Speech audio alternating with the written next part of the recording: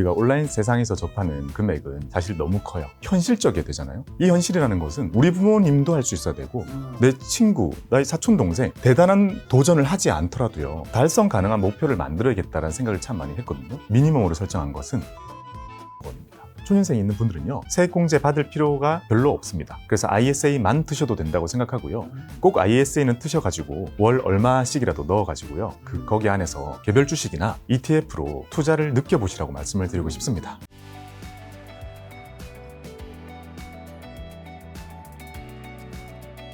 가장 많은 분들이 궁금해하실 것 같아요. 단도직입적으로 여쭤보겠습니다. 네. 평범한 사람이 부자가 될 수 있는 최고 확실한 방법은 뭡니까? 부자가 될 수 있는 방법은요. 일단 부자신가요? 저는 부자라고 생각합니다. 부자의 정의부터 그러면. 와, 되게 철학적인데요. 금액보다는요. 제가 사업을 하고 나서 부자가 된 것 같다는 생각이 많이 드는데요. 하고 싶은 일을 할 수 있는 게 부자의 기준인 것 같습니다. 약간 힘 빠지는데요? 부자신가요? 저는 부자가 전혀 아닙니다. 하고 싶은 일이 아니라는.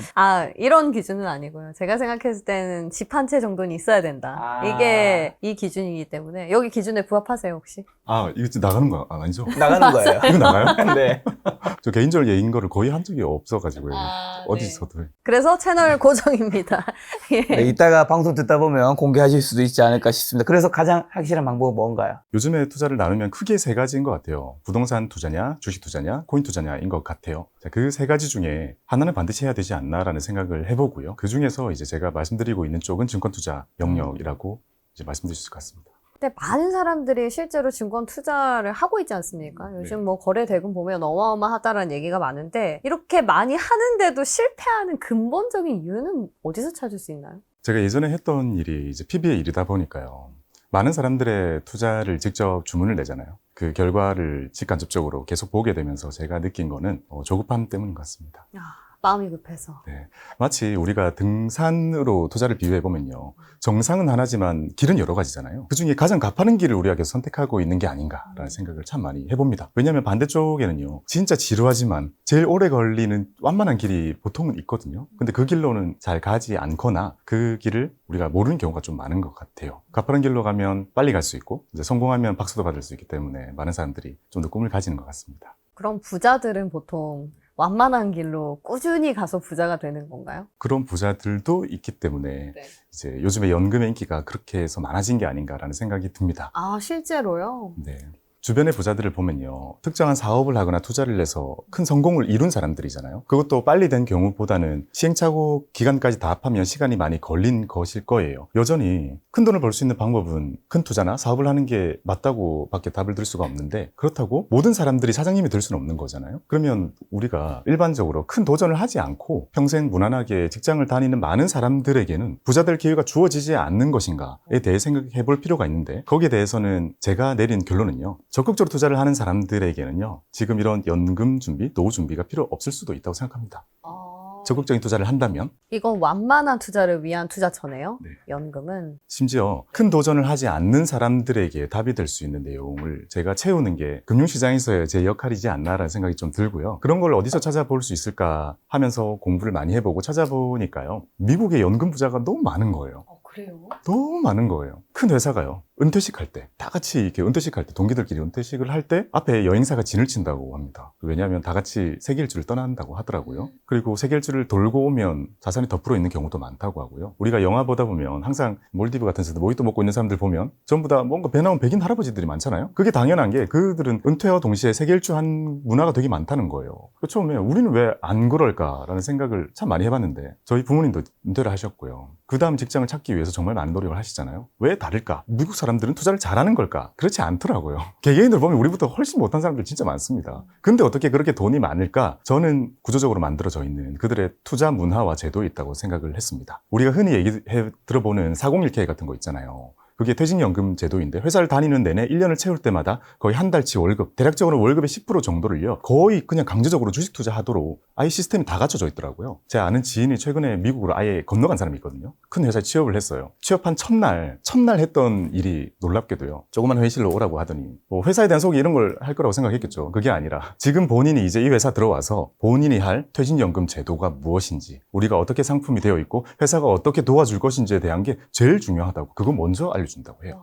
본인이, 근로자 개개인이 이 노후에 대한 게 해결이 안 되고 재테크에 대한, 자산에 대한 게 해결이 안 되면 회사가 굴러갈 수 없다고 생각할 만큼 그 사람들은 이 근로자들의 퇴직연금에 대해서 정말 중요하게 생각하고요. 지원책이 약하면 신입사원들이 지원도 안 한다고 해요. 그만큼 401K가 자리 잡았고 파워풀했던 거는요, 이제 지나온 많은 졸업한 사람들이, 은퇴한 많은 사람들이 그것 때문에 큰 자산이 되어서 그 평생 행복한 노후를 보내고 있기 때문인 거죠. 근데 잘 생각해보면 우리나라 지금 어때요? 퇴직연금 다 들어왔죠? 이제 ETF 다 세팅됐죠? 거기다가 디폴트 옵션 들어왔죠? 이제 우린 다 깔려 있어요. 이제 알리기만 하면 되고 전 누리기만 하면 되는 시점이라 생각해서 저는 열심히 말씀드리고 싶고요. 또 이렇게 된 이유에는 여러 가지가 있는데요. 제가 현업에서 일할 때는 다양한 금융상품을 다 다뤘거든요. 그럴 수밖에 없는 직업이기도 했지만요. 당시에 퇴직연금 제도가 우리나라에 막 도입이 됐습니다. 정말 굵직굵직한 회사들이 퇴직연금 제도를 도입했어요. 근데 DB와 DC 막 선택도 하고 복합도 많이 한단 말이에요. 그럼 DC 계좌가 생긴다면 본인의 퇴직연금 계좌가 생기는 거잖아요. 그걸 운용을 해야 되는 거거든요. 근데 수많은 사람들이 전혀 거기에 대한 이제 이해 없이 계좌부터 생긴 거죠. 그럼 할당받은 저는 그분들의 계좌를 열어보는데 다 현금인 거예요. 다 현금이고 안타까워가지고 막 현금은 1, 2억이 현금으로 있고요. 주식 계좌에 들어있는 500만 원 가지고 하루에 10번씩 매매를 하고 있어요.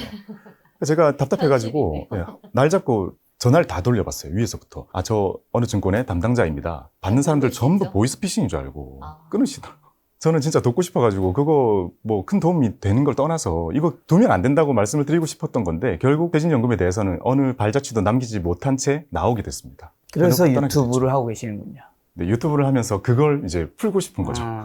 근데 지금 말씀해 주신 게 어쨌든 구조적인 문제가 있다는 건 내가 다 공감하는데, 사실은 미국은 지난 10년 동안 굉장한 우상향을 했고 한국은 지금 오르긴 했지만 사실 박스피를 너무 오랫동안 했었고 사실은 얼마 오르지 않았잖아요. 증시 전체의 문제도 있지 않은가.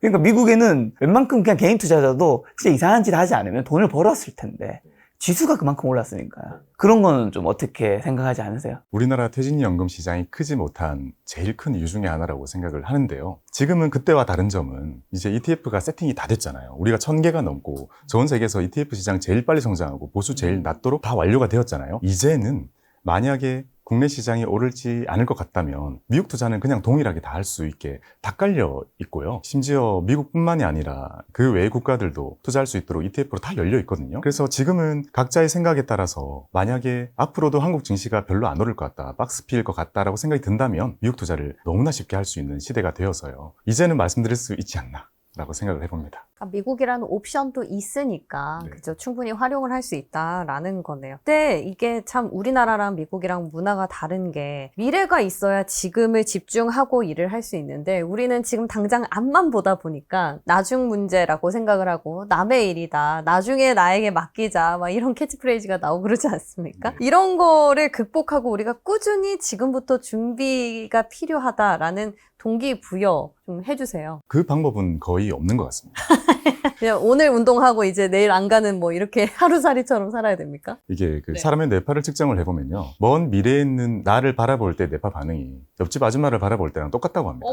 그러니까 미래의 나는 남인 거예요. 우린 남을 위해서 살 수 없고 그렇게 사는 봉사 정신을 가지라고 말씀드리고 싶지 않고요. 그래서 우리가 할 수 있는 방법은요. 모든 연금화된 상품들, 절세된 상품들은요. 먼 미래의 노후를 걱정해서 준비하는 것보다 지금 우리가 얻을 수 있는 달콤한 유인책을 심어주고요. 그걸 내가 얻으려고 매번 이렇게 넣는 돈이 나도 모르게 노후에 큰 돈이 돼서 돌아오는 걸 의도하고 있습니다. 그러니까 그 의도대로 우리가 이용하는 게 바람직하다고 생각해서요. 저는 미래에 부유한 나를 위해 지금을 가난하게 만들자라는 것은 절대 반대고요. 지금 당장 우리가 절세 계좌들을 이용하면 내가 투자하는 데 있어서 어떤 점을 얻을 수 있는가에 대해서 초점을 맞추는 게 더 낫다고 생각합니다. 그런 측면에서 시간을 활용하자라고 말씀하신 거예요? 네, 이런 연금 계좌들은요. 돈을 넣으면 잠기거든요. 잠기면 수십 년 뒤에 찾게 되잖아요. 그 수십 년의 시간에 대한 복리 효과는 사실 말씀 안 드려도 다 아실 것 같아요. 근데 우리가 일상적인 투자를 하다 보면 빨리 뭔가 내 삶을 바꾸고 싶은 욕심이 들잖아요. 그러면 자연적으로 그렇게 긴 시간의 복리 효과를 얻는 거는 사실상 좀 어렵습니다. 하지만 제가 보아온 수많은 연금 계좌들은요, 비자발적으로 어찌 보면 그걸 얻어가신 분들이 너무나 많기 때문에 정말 많은 분들이 본인이 대단한 투자, 본인이 정말 진심을 다해서 투자를 하거나 사업을 하고 있지 않은 사람이라면요, 우리가 누구나 다 연금 계좌에 소액씩 넣어가지고 시간의 힘을 극대화시키는 거를 하고 있는 게 나중에 30년 정도 지났을 때 정말 많은 사람들이 혜택을 볼 수 있는 방법이라고 저는 믿습니다.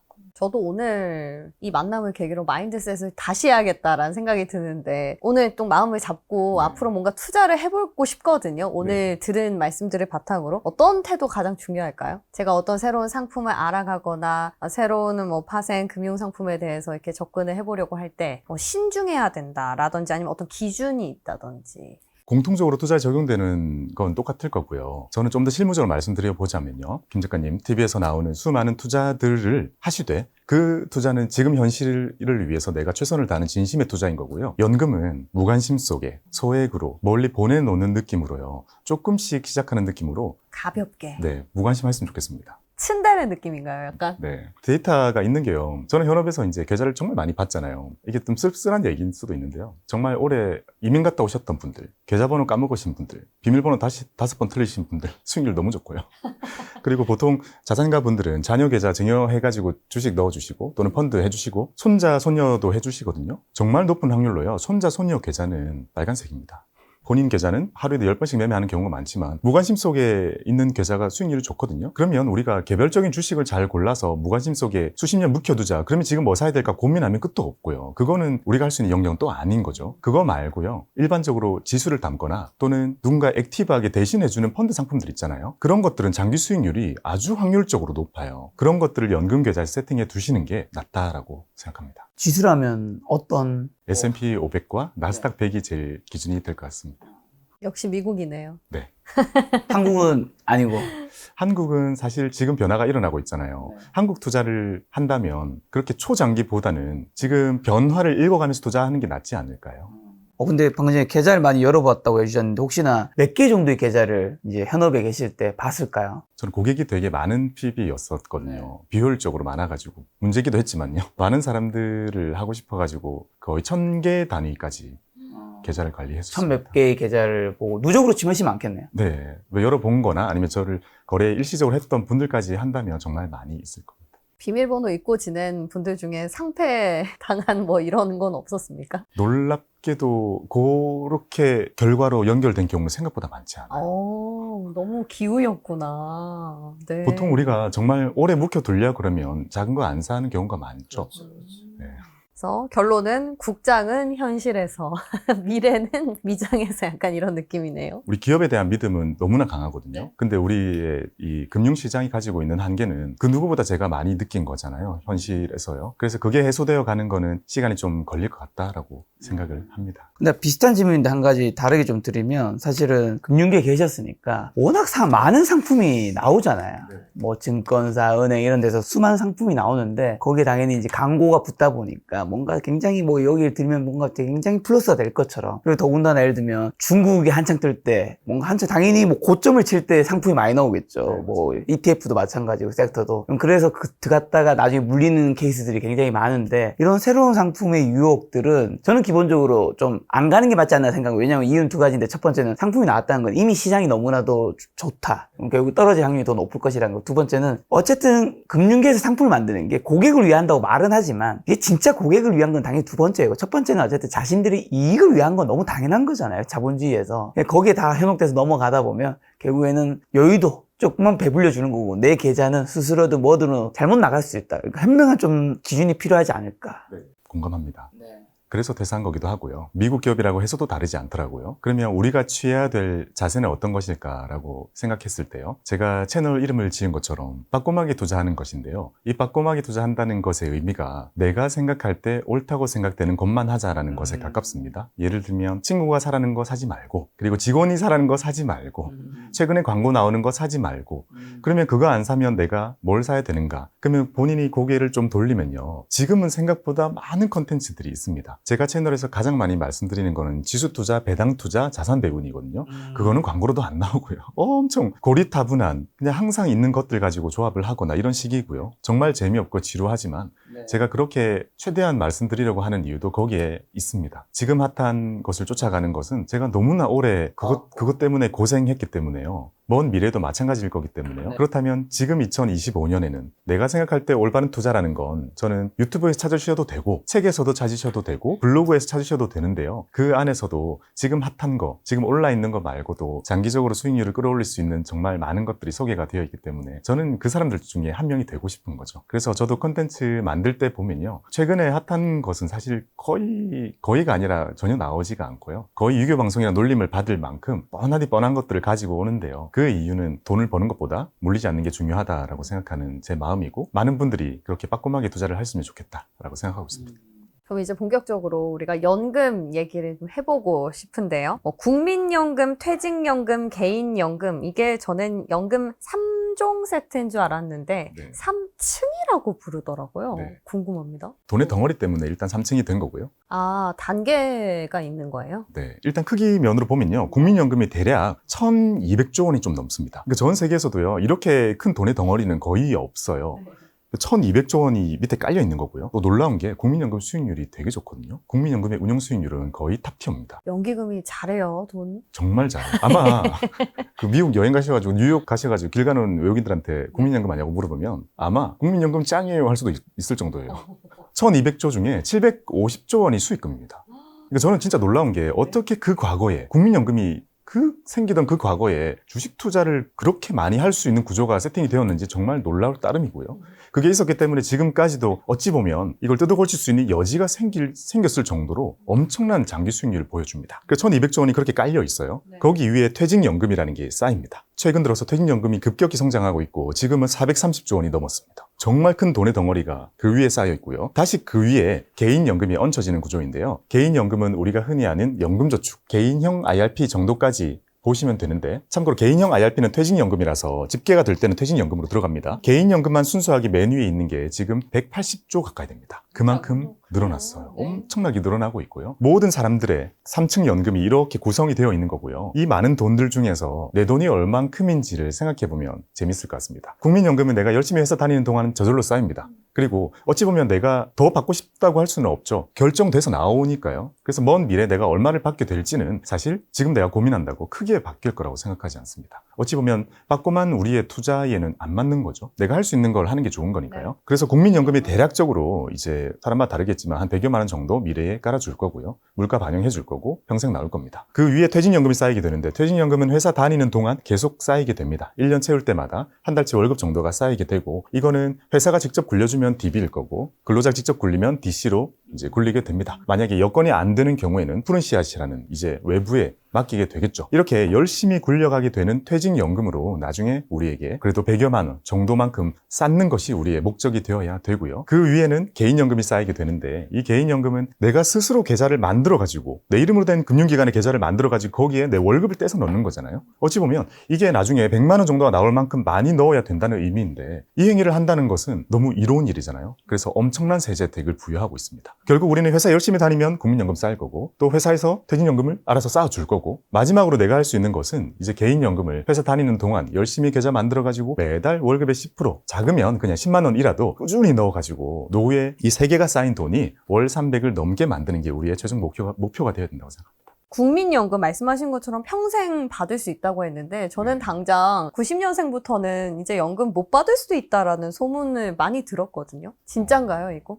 사실 제가 드릴 수 있는 말씀이 별로 없습니다. 국민연금 잘해주길 기대하는 수밖에 없지 않을까요? 그리고 사회적인 합의가 어떤 식으로 이루어질지도 모르겠지만 주로 제가 재테크를 공부하거나 하는 데 있어서 제가 고민하는 영역은 주로 아니고요. 이제 결정이 되면 잘 정리해서 전달드리는 고민해봤자 중심으로. 내가 할 수 있는 건 없으니까. 네, 저는 좀 그런 편입니다. 그래서 국민연금을 아직 안 넣고 계신 분들은 네. 이게 넣어야 되나 말아야 되나 좀 고민이 된다고 하시더라고요. 그거는 개정이 어떻게 될지 모르겠지만 지금은 넣는 게 훨씬 낫습니다. 아, 그래요? 네. 지금 기준으로서는. 강제 아닌가요? 직업이 없을 경우에는 네. 이제 스스로 따로 넣을 수가 있거든요. 네. 이제 임의가입을 할 수가 있는데요. 국민연금이 그렇게 수익률이 높고 큰 돈이 있음에도 불구하고 계속 문제가 되는 이유는 혜택이 너무 좋기 때문입니다. 그래서 그게 남아있는 한 이용하는 게 낫습니다. 그리고 먼 미래로 갈수록 이제 점점 어찌 보면 우리가 받는 것들이 줄어드는 식으로 또는 내는 건 더 많은 식으로 이제 변해 가겠죠. 그때마다 그 변하는 현실을 받아들여야 될 것이고 그만큼 퇴직연금과 이제 개인연금을 잘 준비해야 된다는 결론으로 이어지는 것 같습니다. 자, 두 번째, 2층은 퇴직연금이잖아요. 네. 말씀해 주셨던 것처럼 회사가 직접 운용을 하느냐, 아니면 당사자가 운용을 하느냐에 따라서 DC, DB 이렇게 나눠지는 것 같은데, 그럼 회사가 운용을 하는 DB 같은 경우는 신경 쓸 게 없을까요? 네, 없습니다. 그럼 DC 가입자분들은 어떤 부분을 고민하면 좋을까요? 오히려 고민을 하시는 경우에는 DB에서 DC로 바꾸는 고민을 많이 하십니다. 요즘에는 혼합이 되어 있어가지고요. 네. 근로자 각자의 선택에 따라서 DB로 두거나 DC로 전환을 해가지고 스스로 관리를 할 수 있도록 이제 열어두거든요. 그러니까 이제 고민은 DB가 훨씬 많기 때문에요. DC로 할지 말지 고민을 많이 하시죠. 전체적으로 보면 DB가 훨씬 많습니다. DC로 전환하는 것에 대한 고민을 요즘에 가장 많이 하는데요. 그 이유를 잘 생각해보면 예전에는 회사가 퇴직연금 제도를 도입할 때 근로자분들이 투자를 각자 얼만큼 할지 모르니까요. 일단 DB로 도입을 하는 거죠. 그럼 돈의 덩어리를 만들고 이건 보통 재무 담당자 분들께서 아주 안정적으로 운용을 합니다. 주로 원리금 보장 상품으로 운용을 하게 돼요. 근데 이렇게 했더니 코로나 이후에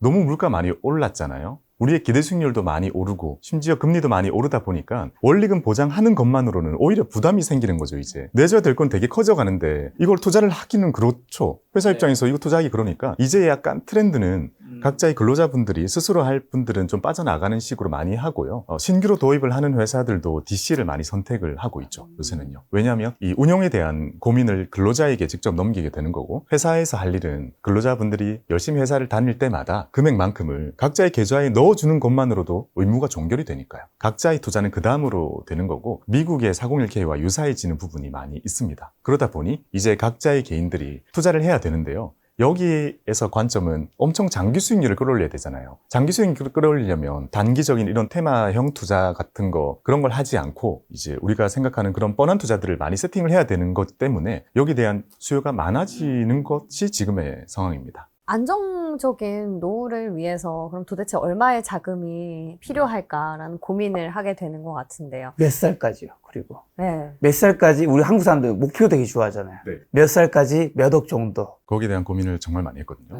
일단 우리가 온라인 세상에서 접하는 금액은 사실 너무 커요. 너무 커서 다 부자예요, 온라인은. 노후자금 얼마 필요합니까? 이러면 20억이라면 작다 그럴 정도로 막 이 사람들 눈높이가 큰데요. 저는 어쨌든 제가 보람 있게 살아가려면 정말 많은 사람들의 노후를 구제한다면 행복할 거라고 생각하면서 살거든요. 그러면 어떻게 해야 될까? 현실적이어야 되잖아요. 이 현실이라는 것은 우리 부모님도 할 수 있어야 되고 내 친구, 나의 사촌 동생 그 누가 들었을 때 대단한 도전을 하지 않더라도요. 진짜 평범하게 평생 회사를 다니더라도 달성 가능한 목표를 만들어야겠다는 생각을 참 많이 했거든요. 그래서 제가 미니멈으로 설정한 것은 65세에 3억 원입니다. 근데 이제 여기서 고려해야 될 것은요. 지금 우리가 체감하는 3억 원이 되겠죠. 지금 우리가 체감하는 3억 원. 그렇게 많지는 않은 것 같은데요. 65세 3억이면. 네. 적게 느껴지는 분도 있을 거고 많게 느껴지는 분도 있을 거고 우리 생각처럼 엄청 높은 금액은 아닌 것 예, 같은. 뭔가 충분히 도달 가능할 것 같다. 이런, 네, 그렇죠. 요거를 우리가 생각하려면요. 자, 나중에 평생 무한히 300만 원 정도가 나와준다면 너무 저는 좋죠. 괜찮다고 생각하거든요. 근데 우리가 돈을 이렇게 더해서 모아서 뽑아서 쓰면 300만 원씩 뽑았으면 이게 금방 없어집니다. 그러면 생각을 좀 바꿔야 되는 거죠. 어떤 식으로 노후를 세팅해야 할 것인가 봤을 때 뭐 30쯤에 취업을 하잖아요. 저도 그랬고요. 그리고 한 65세까지 다닐까요? 그러니까 대략적으로 20-30년 일하고 몇 살까지 사실 수 있을까요? 우리는 그 후에 아마 5-60년이라 노후가 기다리고 있을 거라고 저는 생각을 하거든요. 워낙 길어지니까요. 그렇다면 20년 번 거 가지고 60년 써야지 이러면 어떠한 계산도 안 나와요. 우리가 노후에 월 300 정도가 필요합니다. 역산하면 안 되거든요. 역산해보면 어떻게 나오냐면 1년에 3,600. 그러면 10년이면 뭐 3억 6천. 그렇게 해가지고 30년이면 뭐 10몇억 그냥 나오거든요. 10몇억을 모으기 위해 내가 지금 할 수 있는 거 없게 되거든요. 그러면 노후 준비하면 안 돼. 현실을 즐기자가 되잖아요. 맞아요. 그런 목표가 아니라 우리가 어떤 것에 착안해야 되냐면 노벨상이 해마다 상금도 막 일단 10몇억씩 주고 그럼 뭐 10명씩 주면 상금만 막 100몇십억 나가잖아요. 거기다 행사도 크게 열어야 되고 노벨 재단에 있는 사람들 월급도 줘야 되잖아요. 그러면 한 200억까지 쓴다고 하거든요. 근데 그걸 120년째 하고 있습니다. 뭔가 이상하죠? 야, 정말 돈이 많이 쌓였었나 보다. 어떻게 120년 동안 우리 거기 세금 안 내잖아요. 아무 돈 안 주잖아요. 120년 동안 돈을 인출만 할 수 있을까라고 생각을 할 수 있는데 놀랍게도요. 노벨 선생님이 처자녀가 없었기 때문에 돈을 벌고 재단을 만들어서 남길 때 유언장에다가 엄청 강하게 이렇게 새겨놓거든요. 후대여, 이제 내가 번 돈으로 투자를 해 라고 얘기합니다. 그리고 투자금의 67.5%를 떼가지고 상을 주고 나머지는 재투자해라는 것을 정말 강하게 새겨놓고요. 그걸 재단에서 열심히 실행하다 보니까 지금 놀랍게도 매년 상을 주고 있음에도 불구하고 거기 들어있는 자산이 좀 있으면 1조 원이 될 정도입니다. 실제로 남기셨던 자산은요 40억 원 정도였고요. 그거를 지금 물가로 감안을 해도 한 2천억 원 정도였다고 해요. 그 돈으로 그냥 200억씩 뽑았었으면 뭐 한 10년이면 고갈되는 거잖아요. 근데 그걸 투자를 하고 투자금에서 나온 수익금만 떼가지고 상을 주기 때문에 지금 해마다 200억을 쓰면서도 들어있는 돈이 제가 마지막으로 봤을 때는 뭐 한 9천억 정도였더라고요. 그럼 우리는 이제 이런 생각을 할 수 있죠. 인류가 멸망할 때까지 노벨상을 계속 줄 수 있습니다. 그래서 어떤 변화가 있냐면 장이 좋으면 상금이 올라갑니다. 장이 안 좋으면 상금이 떨어지고요. 심지어 노벨상 메달 주잖아요. 장이 좋으면 메달이 두꺼워지고요. 장 안 좋으면 메달이 얇아집니다. 정말요? 네, 수익금을 떼서 주기 때문이죠. 처음 알아. 아, 그래서 노벨상만큼 복불복인 게 없어요. 왜냐하면 장이 좋을 때 번 돈의 일부를 떼서 상을 주는 거잖아요. 금융위기나 전쟁이 났을 때는요. 상금 터무니없이 작게 나오고 한없이 얇은 메달이 나갔습니다. 야, 노벨상도 시기를 잘 타서 받아야겠네. 참고로 우리나라에서 2번 받으셨잖아요. 2번 다 이 시장이 참 좋을 때 받으셔가지고 상대적으로 상당히 높은 상금과 메달을 옛날 이제 대통령님과 그리고 최근에는 한강 작가님 이렇게 2번 받았습니다. 나만의 노벨상을 만들자라는 식으로 저는 말씀을 드려봅니다. 예를 들어 우리가 3억 원을 모으면요. 나한테 생기는 변화는 무엇일까? 3억 원을 모아놓고 그걸 뽑았으면 못 씁니다. 왜냐면요. 우리는 평생 모아온 내 자산이 줄어드는 걸 볼 수가 없어요. 평생 모아온 거. 그러니까 이거 줄어드는 게 너무 고통스럽기 때문에 아끼다가 그냥 불우한 노후를 보내게 되는 경우가 더 많습니다. 그래서 65세를 기준으로 돈을 불리는 기간 동안에는 계속 돈을 불리는 투자를 하게 되죠. 지수를 사고 그리고 주식 투자를 하고 이렇게 불리는 투자를 하게 됩니다. 은퇴를 하고 나면 그때까지 모았던 그 돈들을요. 한꺼번에 배당 세팅으로 바꿔야 됩니다. 요즘에 월배당 세팅 잘 되게 ETF들이 많이 있잖아요. 네. 배당 세팅으로 바꾸게 되면 이제 거기서 나오는 배당금만 가지고 생활을 해야 되는 거죠. 3억 원으로 만약에 우리가 정말 보수적으로 4%로 세팅을 해보겠습니다.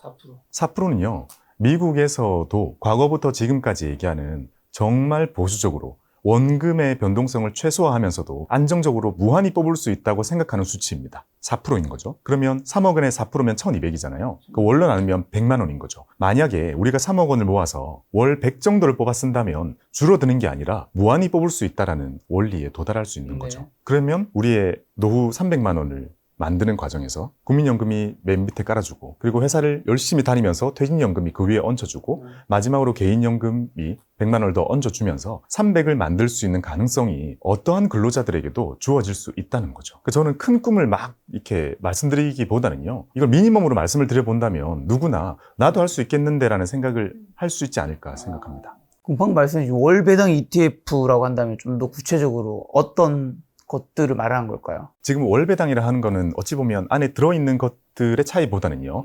배당 정책을 의미하는 거잖아요. 지금 우리나라에 1000개가 넘는 ETF들이 있는데요. 이 중에 월배당 ETF가 정말 많아지고 있고 월배당으로 전환하는 곳들도 많아지고 있습니다. 그리고 그 안에 들어있는 기초자산은요. 미국 지수도 있고 한국 주식도 있고 미국 채권 그리고 배당주도 있고 리츠도 있고 등등 정말 다양합니다. 그러면 이 중에서 우리가 무리하지 말고요. 심지어 주식 비중을 그렇게 많이 높이지 않더라도 채권형 ETF를 미국 채권형 ETF를 월배당 해주는 걸 담고 국내 채권형 ETF들 중에 월배당 해주는 걸 담고 국내 배당주 ETF를 월배당 해주는 걸 담고 국내 리츠 ETF를 월배당 해주는 거를 담아두고요. 거기에 한국 지수, 미국 지수 또는 이머징 지수까지 월배당 해주는 것을 섞어서 구성을 한다면요. 이 전체를 주식 비중을 그렇게 많이 하지 않고 채권과 배당주 리츠 같은 인컴형 자산들을 많이 채우고도요, 4%를 만드는 건 아주 보수적으로 할 수 있습니다. 여기서 기대 수익을 조금 높이고자 한다면요, 예를 들면 채권의 만기를 조금 늘리는 방법. 채권은 보통 3년이 기본이거든요. 만기 3년, 5년, 10년, 더 심하게는 30년까지 늘리면 기대 수익률이 올라가는 구조가 될 거고요. 배당을 더 늘린다면 요즘에 인기 많은 뭐 은행주로 가거나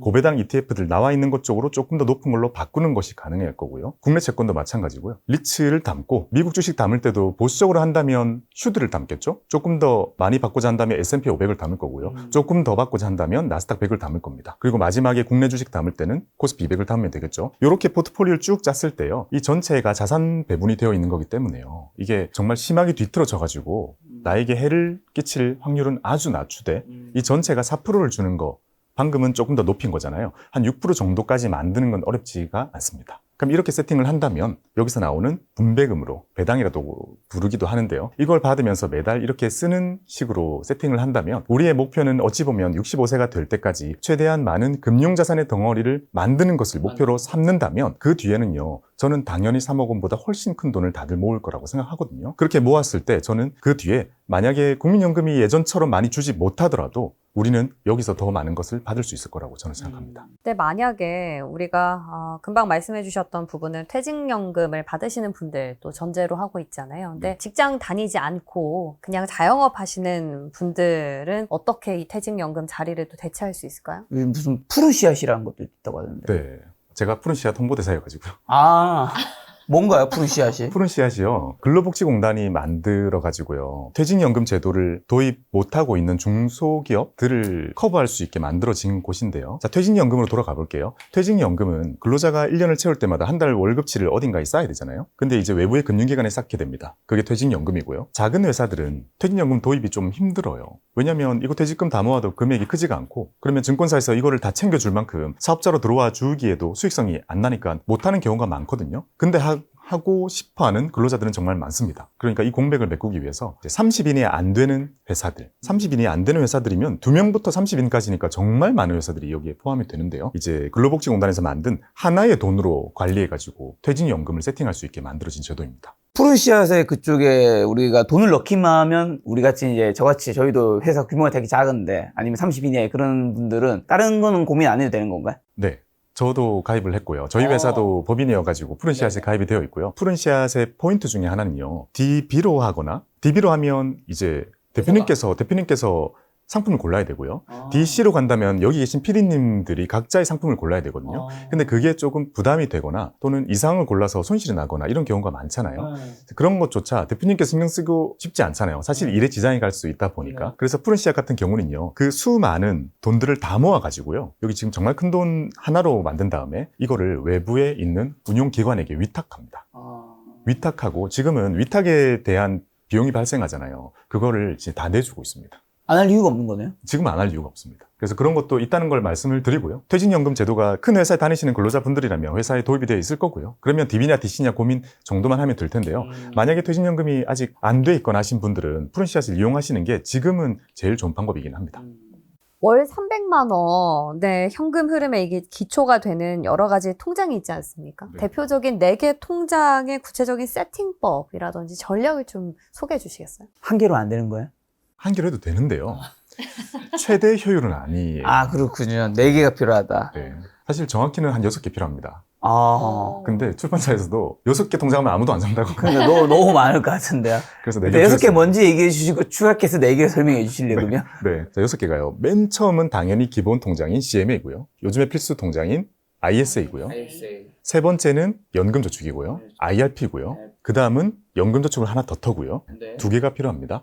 그 다음에 제일 마지막은 퇴사하면서 받게 되는 퇴직 IRP입니다. 네, 이렇게 6개가 풀옵션입니다. 전체 설명하면 시청자분 나가실 테니까 일단 여러분이 6개 있다는 것만 인지하시고, 핵심이 CMA, ISA, 연금저축, IRP 좀 설명해 주신다면요. CMA는 아마 다들 쓰실 거라고 생각합니다. 현금을 넣어두면 일복리를 주니까요. 막 뒷자리 숫자 바뀌는 이런 것도 즐겁죠.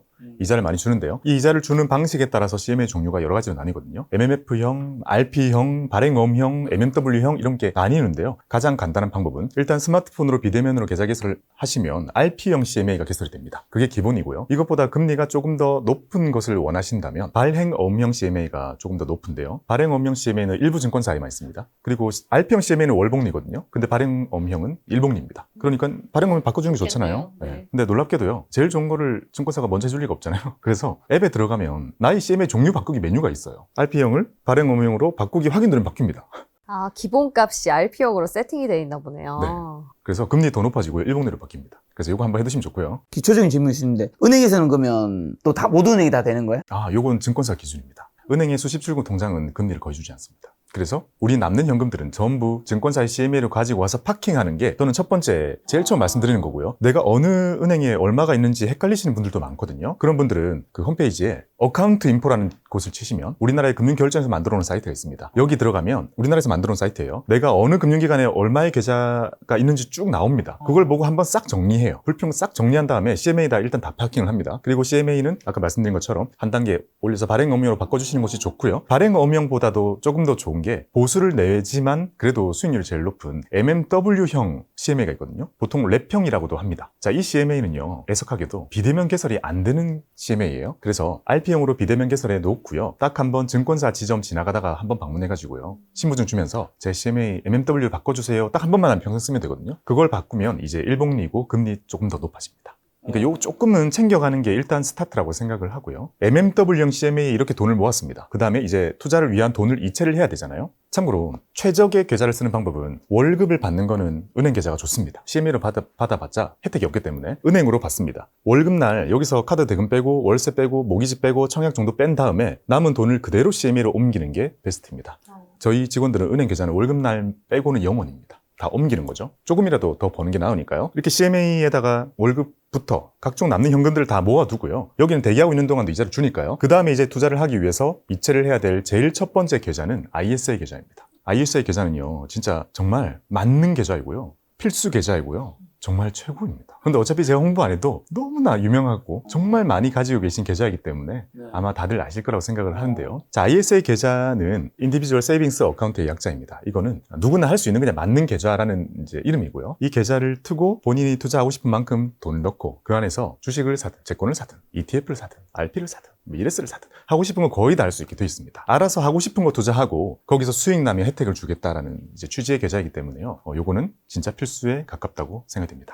1년에 2천만 원까지만 넣을 수 있기 때문에요. 어찌 보면 투자금이 큰 사람들에게는 사실 관심이 안 가실 거예요. 1년에 2천까지만 넣을 수 있고요. 해가 바뀌면 또 2천이라는 한도가 새로 생깁니다. 2천을 안 채웠다면 2월이 돼가지고요. 2년 차에 4천을 넣을 수 있습니다. 최대한 넣을 수 있는 거는요. 5년에 1억입니다. 원한다면 이렇게 넣을 수 있는 거라서요. 어찌 보면 1억으로 할 수 있는 계좌라는 느낌이 아니라 1억을 만드는 데 있어서 최고의 계좌인 거죠. 아, 이게 제일 좋은 계좌다. 네, 잠깐만, 지금 CMA는 뭐 1년에 몇천 뭐 이 한도가 있는 거예요? 전혀 없습니다. 없고. 네, CMA는 남는 현금들을 다 넣어두는 계좌인 거고요.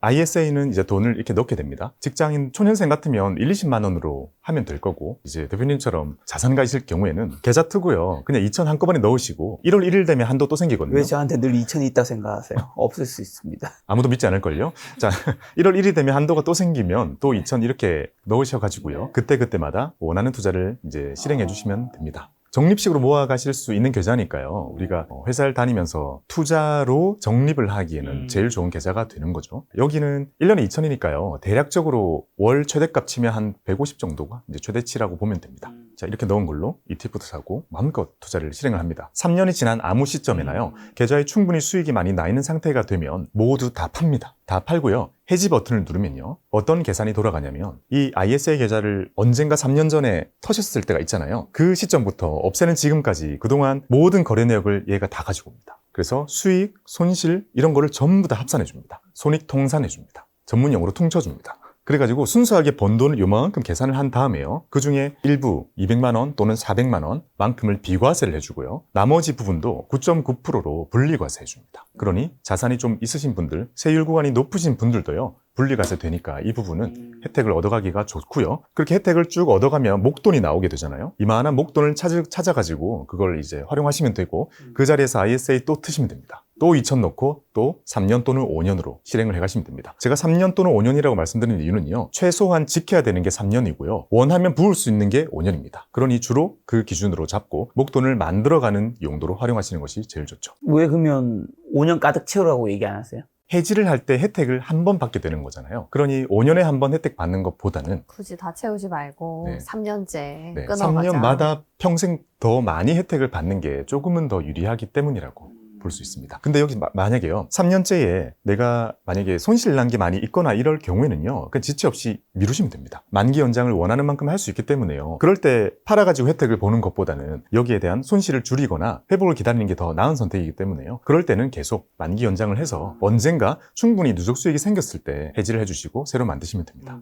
그러니까 3년이든 5년이든 해지를 해야지 세제 혜택을 받을 수 있나요? 네. 중간중간 자동으로는 안 되고요. 네. 그래서 이 느낌이 좀 별로입니다. 좀 번거롭네. 내가 팔아야 된다는 이제 그러네요. 실행을 하는 게 제일 네. 큰 장벽입니다. 실제로도요. 그렇죠. 뭐 갖고 있고 싶을 수도 있잖아요. 네. 수익이 막 쌓아가는 재미를 보고 계신 분들. 네. ISA가 그런 부분에서 단점이긴 한데요. 그래도 제가 주로 추구하는 방법은요, 누적 수익이 가득 쌓인 그 수익률을 바라보는 것도 좋지만 조금 더 실리를 챙기는 게 낫지 않나라는 생각으로 그렇게 말씀을 드리고 있습니다. ISA 혜택을 쭉 들었을 때 3년이 약간 걸릴 수가 있잖아요.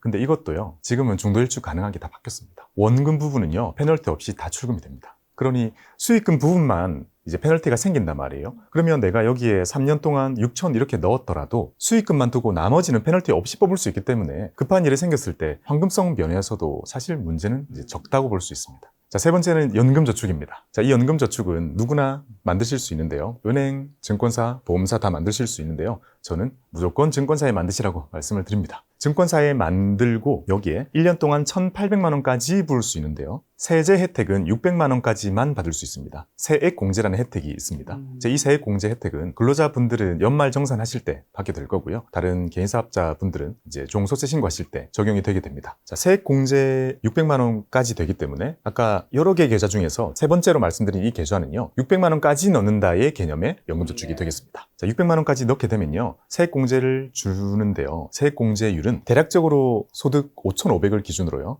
그걸 넘으면 13.2%, 그걸 안 넘으면 16.5%만큼을 연말정산 과정에서 돌려줍니다. 이게 아까 말씀드린 지금 내가 당장 얻을 수 있는 쏠쏠한 혜택이라는 부분입니다. 이게 잘 생각해보면 13.2, 16.5 해보면요, 이게 막 돈 100만 원 이런 식으로 나오잖아요. 연말정산 과정에서 그만큼 돌려받게 된다는 거거든요. 그러면 어찌 보면 원래 뱉어내던 분들은 환급으로 바뀌기도 하고요. 환급 받으시던 분들도 100만 원 정도만큼 더 얹혀지기도 합니다. 충분히 돌려받을 세액이 충분하신 분들 같은 경우에는 돌려받는 혜택이 정말 크기 때문에 많은 분들은 세액 공제를 보고 열심히 연금저축을 붓게 됩니다. 1년에 600이니까 대략 월 50 정도가 되죠. 그래서 월 50만 원까지라고 보고요. 여유되는 만큼 여기에다 돈을 넣고 ETF나 펀드를 선택하게 됩니다. 여기에 하나의 특징이 있다면 ISA는 돈이 안 묶인다고 했잖아요. 거의 사실상 연금저축은 세액공제를 받는 순간 이 돈은 55세까지 묶입니다. 그러니 여기서 태기를 해야 되는 겁니다. 세액공제에 많이 돌려받는다고 했잖아요. 그걸 택한 대신 내가 이 돈을 나중에 노후에 반드시 연금으로 찾았어야 됩니다. 근데 많은 근로자분들 경우에 사원 때는 안 그런데요. 대리인님 정도만 돼도 연말정산 부담이 생기실 거란 말이에요. 연금저축 하나면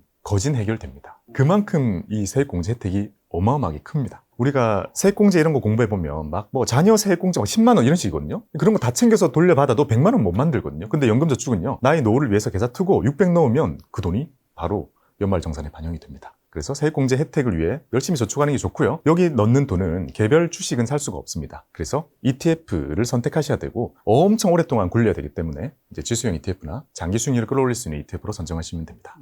한편 우리가 투자의 개념을 생각해보면요, 연금저축이 좀 이상한 면이 있어요. 내가 내 노후를 위해 내가 투자하고 싶어서 금융기관에 가서 심지어 내 이름으로 된 계좌를 두고 내가 돈을 넣는데요, 한쪽에서 막 100만 원 이런 돈을 돌려주는 게 아니 투자의 원래는 아예 안 맞아요. 한 600 넣었는데 100을 돌려주는 이런 식인 거거든요. 그러니까 이거는 안 챙겨가면 이상한 거죠. 13.2 또는 16.5를 보전해 주는 거잖아요. 엄청 이상한 원리일 만큼요, 이 혜택이 정말 큰 겁니다. 마지막 네 번째, IRP. IRP는요, 방금 말씀드린 연금저축과 거의 유사한 친구거든요. 근데 IRP가 가지고 있는 특징은 하나는요, 연금저축이 600을 다 채운 사람도 IRP를 트면요, 1년에 300만 원만큼 세액공제를 더해줍니다.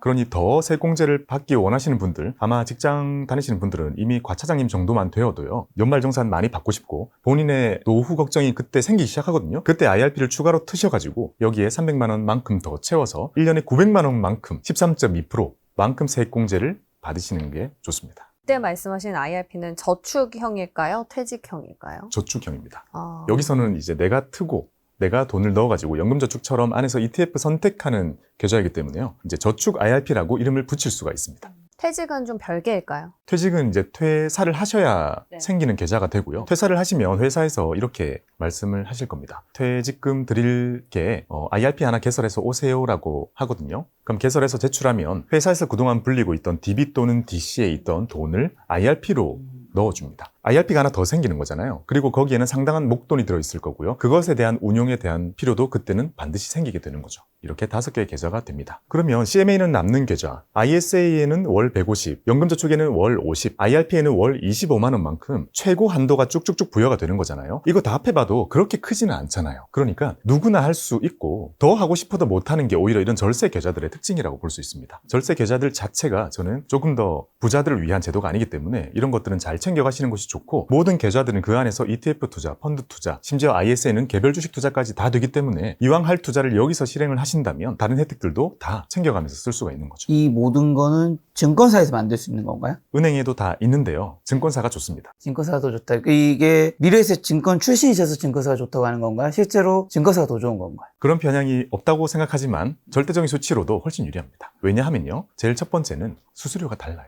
증권사는 저렴해요. 증권사 경쟁이 지금 훨씬 심하잖아요. 우리나라의 지금 증권사들의 경쟁과 운용사들의 경쟁은 정말 심한 편이라서 수수료가 거의 없는 수준입니다. 뭘 해도 없는 수준이기 때문에 그걸 증권사에서만 얻어가실 수 있기 때문에 거기서 하시는 것이 좋고, 그 다음에 ETF를 할 수 있는 게 증권사이기 때문에. 저는 은행보다는 증권사가 좋은 것 같다. 네. 다음에 은행분 한번 모셔봐야 되겠네. 자, 근데 방금 전에 말씀해주신 연금저축 IRP에 사회초년생은 소액만 넣어야 한다면서 뭐 그런 멘트를 하셨던데, 그럼 더 중요한 재테크는 뭐예요? 사회초년생은요, 냉정하게 그냥 이론적으로 초년생 때 시작해서 50년 부으면 큰 돈이 만들어지겠죠. 그렇죠. 근데 또 저는 고민이 되는 거예요. 현실적인가? 맞아요. 제가 살아본 이 한국 사회에서 초년생이 연금저축에다가 막 50씩 넣는 친구들이 있거든요. 네. 이게 현실적인가? 아니거든요. 왜냐하면 결혼이라는 큰 이벤트와 주택 마련이라는 큰 이벤트가 생기면 영혼까지 털어써야 되기 때문에. 안 그럴 거라면 상관이 없지만 미국처럼 우리가 렌트 문화가 다 있어가지고 큰 돈 쓰는 게 없다면 쭉 가능하겠지만 저는 그렇다고 생각하지 않거든요. 그래서 현실적으로 초년생이 있는 분들은요, 세액공제 받을 필요가 별로 없습니다. 그래서 ISA만 트셔도 된다고 생각하고요. 꼭 ISA는 트셔가지고 월 얼마씩이라도 넣어가지고요, 거기 안에서 개별 주식이나 ETF로 투자를 느껴보시라고 말씀을 드리고 싶습니다. 돈이 묶이지 않는 게 중요하고요. 또 정말 좋은 제도가 하나 생긴 게 있는데요. ISA는 아까 말씀드린 것처럼 목돈을 만드는 용도입니다. 3년 또는 5년이기 때문에 중기적인 목돈 마련에 특화되어 있는 계좌이거든요. 그러면 초년생들이라면 막 1억씩 만들지 않았더라도 몇 천의 돈을 만드는 용도로 쓰실 거예요. 그리고 만기가 도래했습니다. 목돈을 찾게 되잖아요. 이 목돈의 일부를요, 뚝 떼가지고 연금저축으로 넣을 수 있는 통로가 생겼습니다. 원래는 각각의 계좌인데 연결을 할 수 있는 방법이 생겼다는 거죠? 만기 딱 그 시점에만 2달 동안 그 통로가 열립니다. 뭔가 포털처럼 열리는 거고요. 어찌 보면 ISN이 연금과 전혀 상관이 없는 계좌예요. 근데 제가 연금을 얘기할 때 제일 중요하게 말씀드리는 게 ISA라는 점은요, ISA에 목돈 모아놓고요, 그 목돈 필요하면 쓰면 되고, 그리고 목돈 모였을 때 일부를 떼가지고 연금으로 보내는 거는 좀 부담이 덜해지거든요. 그렇게 연금으로 옮기면 세액공제도 그 해에 더해줍니다. 이 4가지 중에서 필수는 ISA군요. 네. 오히려 아이러니컬하게도요, 연금 준비에 제일 중요한 계좌는 연금 계좌가 아닙니다. 그러네. 이래저래 그냥 중기적인 목돈을 만들 수도 있고, 이게 다 모이면 또 연금으로 넣을 수도 있으니까 활용성이 좋네요. 초년생 입장에서는 선택지가 넓어지니까요. 그게 저는 더 유리하다고 생각합니다. 자, 이렇게 해서 결국에는 연금을 수령하게 되지 않습니까? 그럼에도 계속해서 운용은 지속하라. 어떤 의미로 해석을 해야 될까요? 투자로 연금을 준비할 때의 장점인데요. 잘 생각해보면 연금을 타는 기간도 엄청 길잖아요. 지금 이런 계좌들에 법적으로 맞춰져 있는 기간은 10년 이상입니다. 아까 제가 배당을 타 쓰는 식으로 해서 지켜가며 거의 무한하게 타 쓰자라는 개념으로 말씀을 드리고 있잖아요. 그러면 타 쓰는 기간도 10년 훌쩍 넘는 기간이 될 겁니다. 이 기간 동안 투자를 계속 할 수 있다는 게 이런 증권사들 계좌의 장점입니다. 즉 만약에 우리가 목돈을 크게 모았습니다. 자, 이 돈을 배당 세팅으로 한꺼번에 세팅을 해요. 배당 뽑아 쓰고 있잖아요. 근데 남아있는 돈들은 여전히 투자가 되고 있는 거잖아요. 이 투자가 타 쓰는 기간에도 수십 년 동안 지속이 되기 때문에 그 장점을 우리가 누려야 된다고 생각을 하는 거죠. 일부의 분들은요, 열심히 투자로 불리신 다음에 이걸 거의 현금화 시켜가지고 뽑아 쓰시는 분들도 있는데, 그거보다는 아까 말씀드린 것처럼 배당 세팅을 해서 뽑아 쓴다면 이제 마르지 않는 셈이 될 수 있고요. 많이 물려주지 않을 생각이라면 조금 뽑아 쓰는 율을 높인다면 배당 뽑아 쓰고 원금 조금이 되잖아요. 이걸 자가 배당의 컨셉이라고 하는데요. 이렇게 한다면 원금이 줄어드는 속도가 아주 늦춰집니다. 그러면 충분히 내가 나의 긴 노후 동안 뽑아 쓰면서 쓸 수 있고, 만약에 남긴 부분이 있다면 상속됩니다. 앞서서 이런 이 4개 계좌는 모두 다 증권사에서 트는 게 유리하다고 말씀해 주셨잖아요. 네. 혹시 증권사 안에서도 조금 유리한 증권사가 따로 있습니까? 왜냐면 이 시청자분들께서는 나는 증권사 아니고 지금 은행인데 증권으로 옮겨야 되나? 그러면 어느 증권사를 가야 되지? 이런 고민 생기실 수 있을 것 같아요. 증권사는요, 다 제 고객이어가지고 제가 명확히 선을 그을 수는 없지만 제가 기준 말씀드릴 수 있는 부분은요, 증권사를 고를 때는 익숙함보다 자기 자본이라는 수치가 제일 중요합니다. 증권사의 자기 자본 수치가 증권사를 판단할 때 안전성으로는 제일 중요한 수치고요. 우리가 검색창에 아주 쉽게 증권사 자기 자본 순위 이런 식으로 검색을 해보면요, 쭉 나열이 될 겁니다. 많은 사람들이 관심이 있기 때문에요. 그러면 위에 우리가 흔히 들어본 미래세, 한국투자증권, KB증권, 삼성증권 이런 증권사들이 다 있어요. 자, 이 증권사들 중에 10위 정도까지만 끊어서 보셔도 걱정할 게 없다고 생각합니다. 그 10위권 내에 있으면 어느 증권사에서 계좌를 개설해도 무방하다. 네. 팁을 또 더 드리자면요. 예. 상위권의 경쟁이 조금 더 심해요. 그래서 상위권에 있는 경쟁사들끼리는 사실상 주식 매매 수수료 무료, IRP 수수료 무료, 이런 무료 이벤트 같은 걸 되게 많이 하고 있습니다. 그 정도만 비교해서 하셔도 충분히 좋을 겁니다.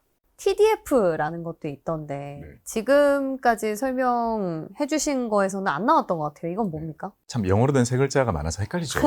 그러네요. 다 네. CMA, ISA, 네. TDF는 계좌인가요? 그러니까 지금 말씀드렸던 CMA, ISA 이런 친구들은 계좌입니다. 바구니인 거죠. 이 바구니는 아무것도 안 담으면 아무 일도 일어나지 않는 거고요. 여기 안에서 담을 수 있는 것들이 연금 계좌이기 때문에 가장 대표적인 게 ETF와 TDF입니다. 또 영어 세 글자죠. 아, ETF 같은 거네요. TDF가. 네.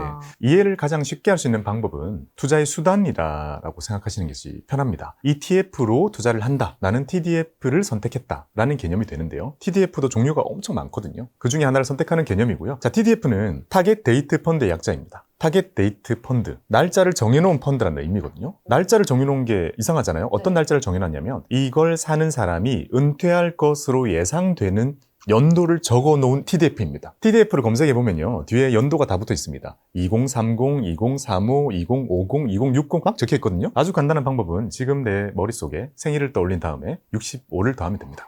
그러면 젊으신 분들은 2060, 2065 이런 게 나올 것이고, 나이가 조금 있으신 분들은 2045, 2040, 2035 이런 식으로 줄어들게 될 겁니다. 그 TDF가 본인이 하기에 적절한 TDF로 가이드를 만들어 놓은 거고요. 그 나이대에 맞는 사람이 선택을 하면 그 나이대에 적합하게 그 안에서 주식 비중과 채권의 비중을 맞춰줍니다. 아까 말씀드린 것처럼 여러 자산들 있잖아요. 채권, 글로벌 주식 채권 이런 자산들을 다 섞어서 담아줍니다. 아, 좋네요. 근데 이거는 이제 퇴직이라는 거를 정해둔다라는 측면에서 ETF랑 좀 차이가 있는 거네요. 네. ETF는 투자의 목적만 우리가 정해서 투자를 하는 네. 거잖아요. 기한이 없는 반면에 TDF만 유일하게 투자를 하는 동안 내가 기한을 정해놓고 투자를 하게 됩니다. 이거 중요한 선택 기준이 있습니까? 그냥 내가 언제 퇴직할지만 정하면은 다 다른 건 세팅이 돼 있는 건가요? 일단 TDF는요, ETF로 뭔가를 투자하기 어려워하시는 분들을 위해서 나왔다고 보시면 됩니다. 외부에 맡기는 거잖아요. 운용사한테 절대적으로 맡기는 거라서 TDF가 보수도 썩 낮지는 않아요. 근데 나의 투자관에 있으신 분들은 ETF만으로도 어렵지 않게 할 수 있을 겁니다. 어떤 분들은 S&P 500, 나스닥 100 할 거고요. 어떤 분들은 지금 잘 나가는 그런 산업의 섹터 ETF들을 잘 선택을 하시겠죠. 근데 거기까지 가지 않고 이 연금의 특징은요, 정말 많은 분들이 투자 경험 없이 노후 준비의 중요성으로 시작하시는 분들이 많아요. 이런 분들은 무난하게 시작을 해야 되는 거죠. 그렇다고 현금으로 둘 수는 없는 거잖아요. 그래서 가장 무난하게 깔아둘 수 있는 상품을 만들어 놓은 게 TDF고요. 미국에서는 근로자 분들의 60% 이상이 TDF를 이용합니다.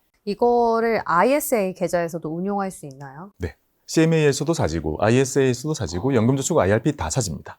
그냥 개인이 퇴직을 목적으로 그냥 운용하는 펀드로 보면 되겠네요. 네, 그 시점까지 운용을 해주고요. 기대 수익률이 많이 높지는 않지만 이제 최대한 보수적, 방어적으로 운용하려고 노력은 하죠. 앞서서 이제 IRP 얘기를 하면서 저희가 나눴던 얘기는 저축 IRP였는데 퇴직 IRP도 아까 따로 있다고 말씀해 주셨잖아요. 이 둘은 뭐 활용을 어떻게 해야 되는 겁니까? 표면적으로 보면 IRP 적혀 있는 게 똑같잖아요. 근데 이게 들어있는 돈에 따라서 성격이 완전히 바뀝니다. 어떤 게 들어가냐에 따라서 전혀 다른 계좌처럼 되는 거예요. 우리가 회사를 다니는 동안 퇴직금이 어딘가에 쌓입니다. 퇴직금인 곳도 많아요. 퇴직금인 곳은 회사에 쌓이고 있을 거고, 퇴직연금이라면 DB 또는 DC 외부에 쌓이고 있을 거고요. 퇴사를 하는 순간 이제 그동안 쌓였던 그 퇴직금의 재원을 받게 되는데, 지금은 IRP 계좌로 받는 게 정해져 있습니다. IRP로 받게 되면 그 계좌는 퇴직 IRP로 세팅이 되는 거죠. 우리는 퇴직소득세라는 것을 내야 되는데요. 오래 다닌 근속연수와 급여 수준에 따라서 퇴직소득세가 정해질 거 아니에요? 그걸 떼지 않고 같이 넣어줍니다.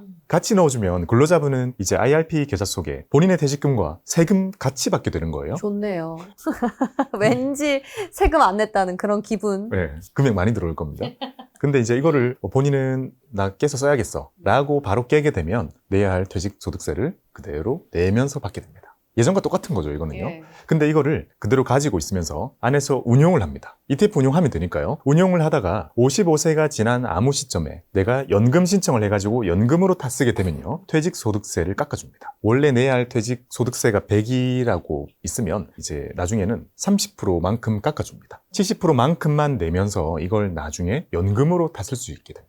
그리고 다 쓰는 기간이 10년 지나면 퇴직소득세를 40% 깎아주고요. 또 20년이 지나면 50%까지 깎아줍니다. 그래서 IRP의 가장 베스트는요, 지금 퇴직금을 받으면 목돈이 들어오잖아요. 이걸 뽑아서 그냥 다른 투자 하시는 분들도 많지만요, 딱히 내가 이걸 돈이 필요한 게 아니라면 그걸 계좌 그대로 두고요, 안에서 ETF 선택해가지고 운용을 해주시면 수익 안에서 날 거 아니에요. 이것도 누적이 될 거고 퇴직소득세만큼도 투자를 할 수 있는 거잖아요. 이렇게 운용하다가 나중에 55세가 지난 시점에 연금으로 다 쓰시는 게 제일 좋은 방법입니다. 세액 공제용의 그 연금저축, 비과세용 연금저축, 뭐 퇴직 IRP를 분리해서 운용하는 게 유리한 이유는 결국 절세 때문인가요?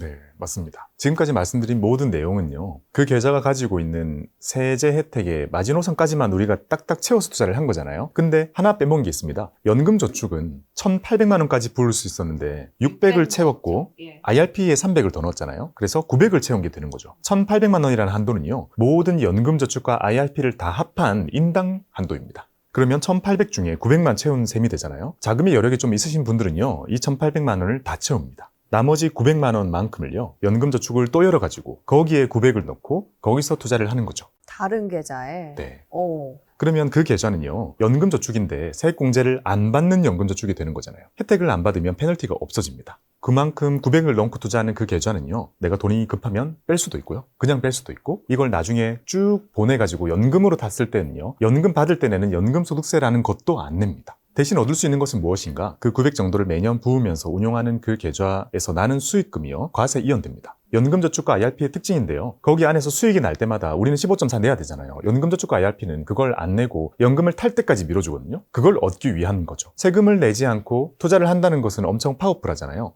자, 이걸 그 계좌에서 쭉 극대화시키고, 급한 돈이 필요하다 그러면 페널티 없이 원금 부분 다 출금이 되기 때문에 그런 식으로 활용을 하는 계좌입니다. 굉장히 좋네요. 지금 들어보니까 연금저축이랑 ISA가 서로 상호 보완되는 관계인 것 같아요. 뭔가 닭이 먼저냐, 알이 먼저냐, 뭐 이런 것 같은데, 일단 ISA 계좌를 먼저 열어야지 활용성이 다양하다라는 팁은 저희가 얻어봤으니까, 이 ISA랑 연금저축의 혜택을 비교했을 때 두 계좌의 결정적인 어떤 공통점이랑 차이점 좀 간단하게 설명해 주신다면요. 공통점은 거의 없고 차이점만 있습니다. 네.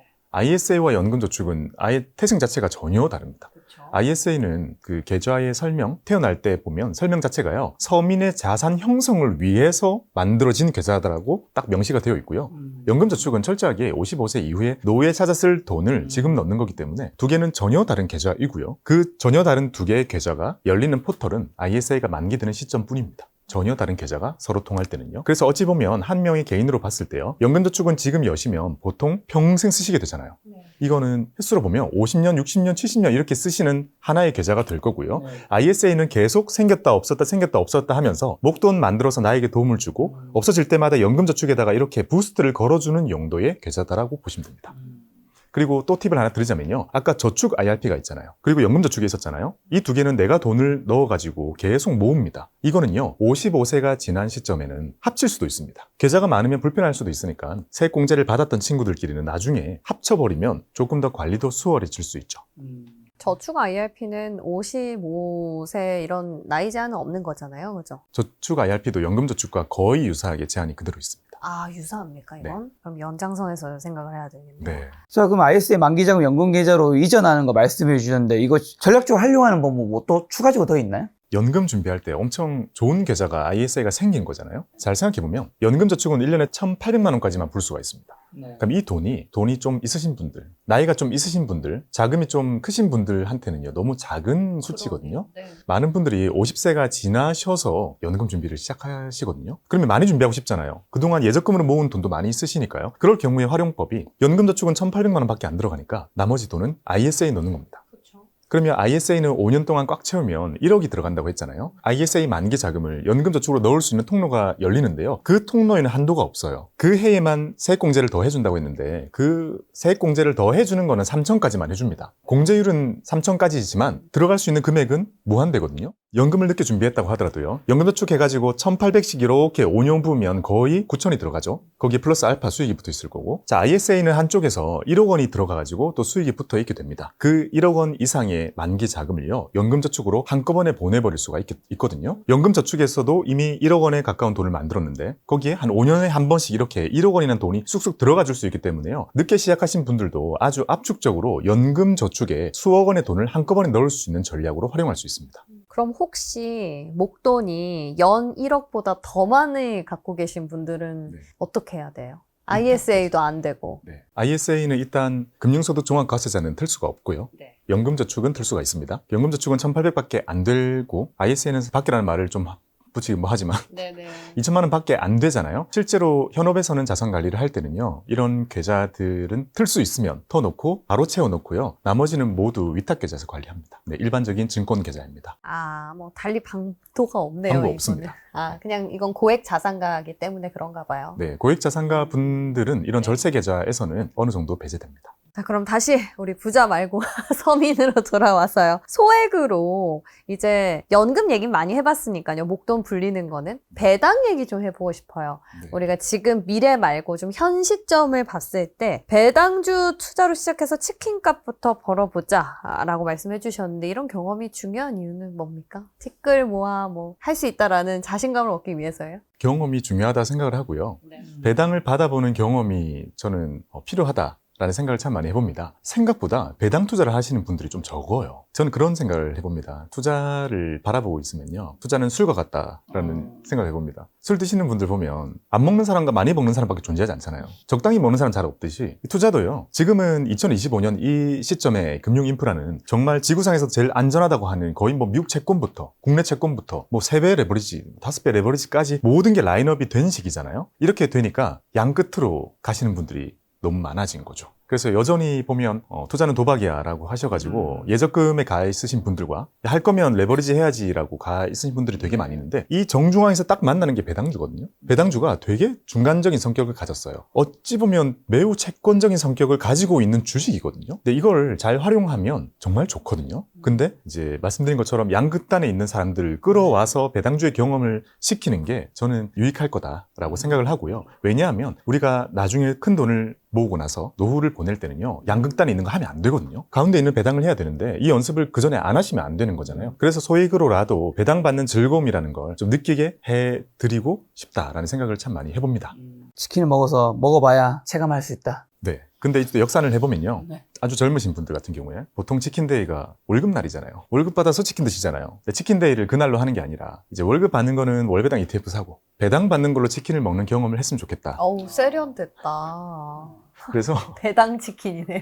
그 치킨 한 마리가 요새 18,000원 정도 하잖아요. 이걸 역산 대충 해보면 젊은 친구들 같은 경우에는 포트를 조금 더 액티브하게 짤 수 있으니까 한 연 8% 포트를 짜는 거죠. 8% 포트를 짜서 그러면 300만 원을 안 넣어도요. 그걸 파킹해 놓으면 치킨 값만큼이 월 배당으로 나옵니다. 그러니까 8% 배당으로 ETF를 구축을 해놓으면 월 300만 원씩 나온다고요? 300만 원만큼을요. 월 8% 배당 포트를 짜고 거기다가 넣어두면요. 매달 나오는 배당금의 금액이 치킨 값을 커버할 수 있을 정도가 나오게 됩니다. 그러면 우리는 300만 원은 모으기 어렵지 않잖아요. 그렇죠. 근데 300만 원을 모아서 치킨을 바로 사 먹으면 이제 100마리 사 먹게 되는 거잖아요. 그렇죠. 그러니까 줄어들게 되는 구조잖아요. 거기서 나온 배당으로 사 먹자. 300만 원 정도면 8%면 한 달에 한 마리 정도는 가능하다. 거기에 뭐 추가 치킨은 좀 힘들겠지만.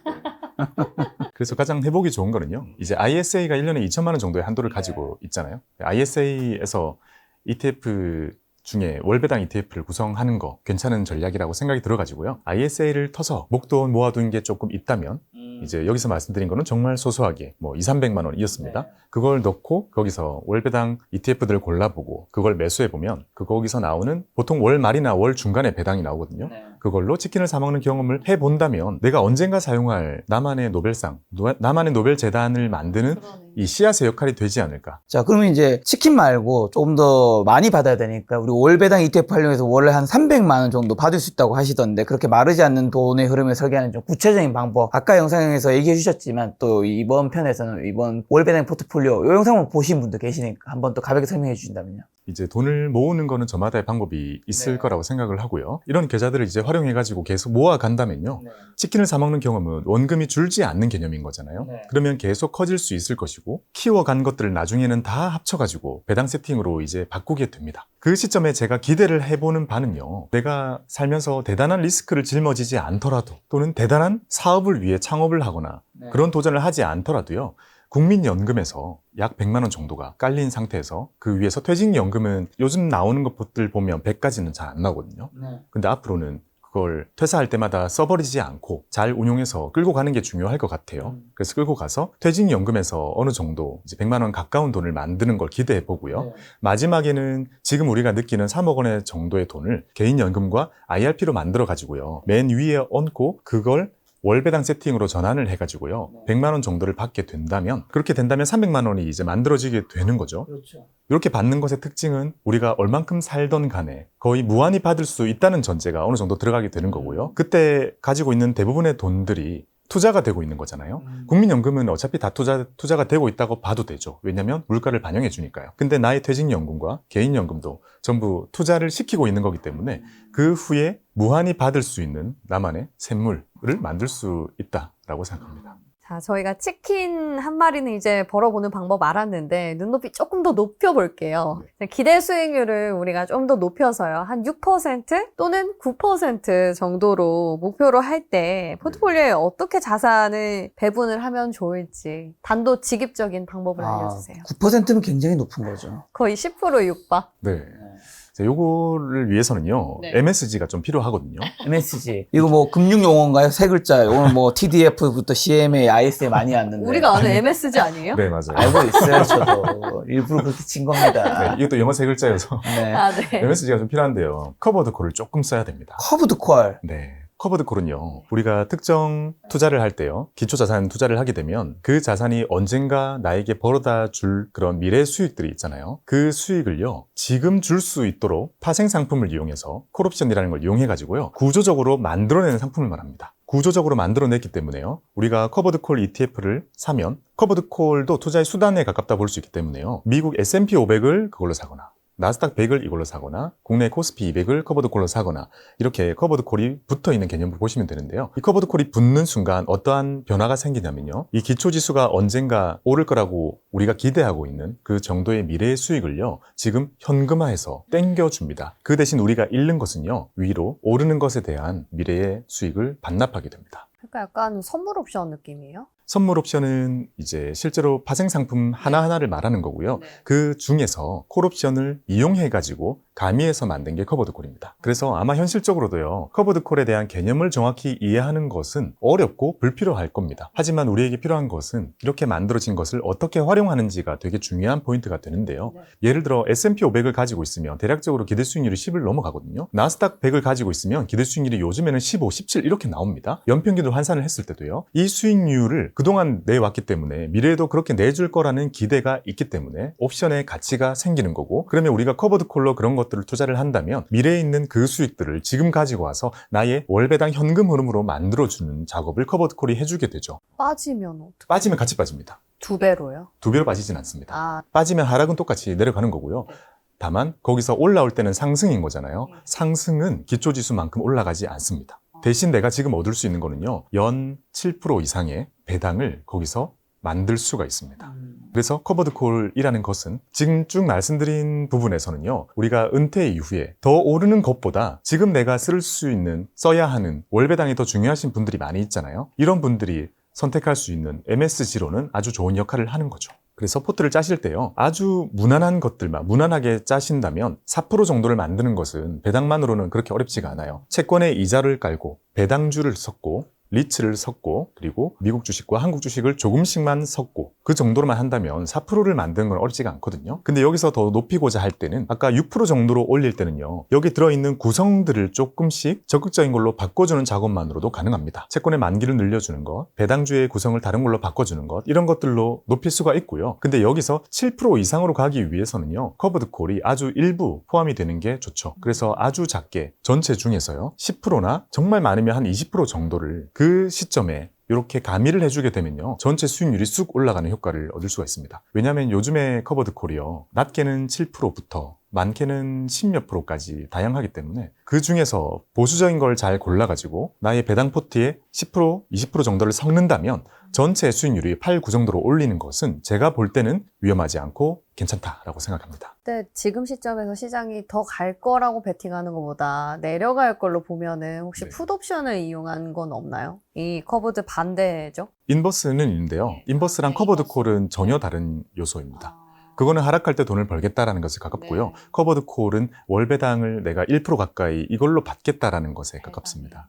근데 이렇게 해서 쭉 들고 가면 평생 기대 수익률 10%로 먹고 갈 수 있을 것 같은데 왜 1회 리밸런싱을 반드시 해야 할까요? 연애 1회, 그것도 기준이 본인의 생일 기준이다. 이유가 있습니까? 지금 말씀드린 이제 배당 세팅을 하고 나서는요, 리밸런싱이 그렇게 중요하진 않고요. 그 이전까지 모아갈 때는 우리가 배당주를 투자하는 게 아니라 미국 주식 사고, 한국 주식도 사고, 금도 사고, 채권도 사고, 리츠도 사고, 배당주도 사고, 정말 다양한 자산들을 섞어서 담게 됩니다. 이 담겨 있는 게 어찌 보면 TDF이기도 하고요. 자, 각자가 ETF를 골라가지고 이렇게 담고 가게 되는데요. 이렇게 끌고 갈 때는 리밸런싱이 꼭 필요합니다. 왜냐하면요, 우리가 살고 있는 경제 상황은 사이클이 계속 바뀌어갑니다. 사이클을 맞추면 돈을 벌겠지만 사이클을 맞추지 않고도 돈을 벌기 위해서는요, 우리가 리밸런싱이라는 행위를 해줘야 되는데요, 리밸런싱을 하게 되면 올라있는 자산을 팔게 되고 그걸 빼가지고 올라있을 때는요, 안전자산으로 옮겨 놓는 거를 기계적으로 하게 되죠. 반대의 상황의 경우에는요, 안전자산을 떼가지고 저가 매수라는 것을 기계적으로 하게 되죠. 이렇게 리밸런싱을 1년에 한 번 해준다는 것은 1년 동안 내가 투자했던 것에 대한 결과를요, 계속 바로잡아주는 작업을 하게 되고 올라있는 자산은 수익 실현하게 되고 저가 매수, 이것들이 계속 반복이 되게 되는 거고요. 그 반복 속에서 차곡차곡 수익이 누적되어 가는 게 자산 배분을 했을 때 우리가 얻게 되는 수익입니다. 우리가 지금 공부해가지고 돈을 번다면 이 투자랑은 전혀 안 맞는 거죠. 지금 우리는 주식 투자하고 있는 그 투자를 열심히 해야 되고 거기에 많은 에너지를 쏟아야 되는 거고요. 연금은 어차피 너무 긴 투자이기 때문에 올해 수익률을 끌어올리는 게 무의미합니다. 그래서 작은 수익을 꾸준히 내는 게 중요하기 때문에 자산 배분을 해놓고 리밸런싱을 챙겨가는 것만으로도요, 연금은 충분합니다.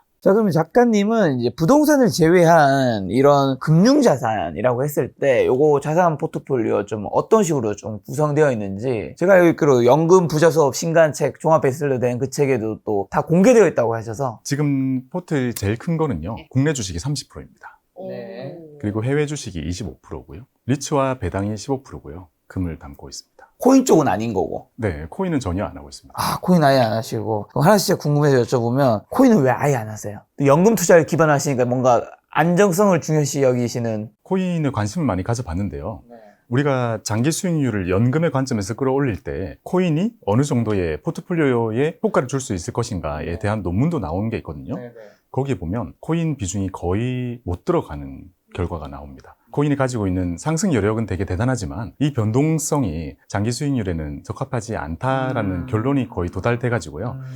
제가 코인을 담고 싶어도요, 무언가의 이론적인 근거가 필요하잖아요. 근데 이론적인 근거에서는요, 코인을 담으면 안 되는 결론이 나오다 보니 저는 제가 설득이 아직 안 된 것 같더라고요. 국내 주식이 30, 해외 주식 25였죠. 지금 리치랑 배당이 15. 그럼 금이 30이에요? 채권이 나머지입니다.